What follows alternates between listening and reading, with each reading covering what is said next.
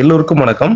Last 2 days மட்டும் இந்திய பங்குச்சந்தை நிப்டி கிட்டத்தட்ட 440 புள்ளிகள் சரிவடைஞ்சிருக்கு. இதுக்கு முக்கியமான காரணம் US market world largest economic. அந்த கண்ட்ரிக்கு எக்கனாமிக் ஸ்டெபிலிட்டியை பேஸ் பண்ற விதமா அதனுடைய கிரெடிட் ஏஜென்சி கிரெடிட் ரேட்டிங் கொடுப்பாங்க.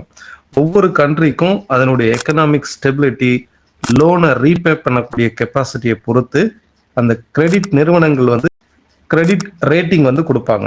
ஸோ யூஎஸ்க்கு இதுக்கு முன்னாடி AAA கேட்டகரியில இருந்தது. இது ஒன் ஆஃப் தி டாப் மோஸ்ட்ங்கிற கேட்டகரி. இப்போ மூடிங்கிற இந்த கிரெடிட் ஏஜென்சி இந்த கிரெடிட் ரேட்டை குறைச்சிருக்காங்க. AAAல இருந்து AA1 அப்படிங்கிற கேட்டகரிக்கு குறைச்சிருக்காங்க. ஸோ இது அந்த கண்ட்ரியினுடைய எக்கனாமிக் ஸ்டெபிலிட்டி அந்த அளவுக்கு இல்லை அப்படிங்கிறத காட்டுது.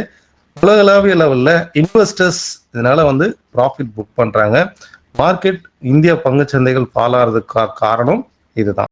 டெக்னிக்கலா நிப்டி 50 பொறுத்தளவுக்கு 24,700ங்கிறது ஒரு குரூஷியல் சப்போர்ட். இது ஆல்ரெடி இன்னைக்கு ரீச் ஆயிருக்கு. மோஸ்ட் ப்ராபப்ளி நாளைக்கு ஒரு கேப் அப் நடந்தா திரும்பவும் அப்சைடு ரிவர்சல் ஆகிறதுக்கான பாசிபிலிட்டிஸ் இருக்கு. நெக்ஸ்ட் சப்போர்ட் 24,700, 24,400 இருக்கும். Upside resistance 25,100.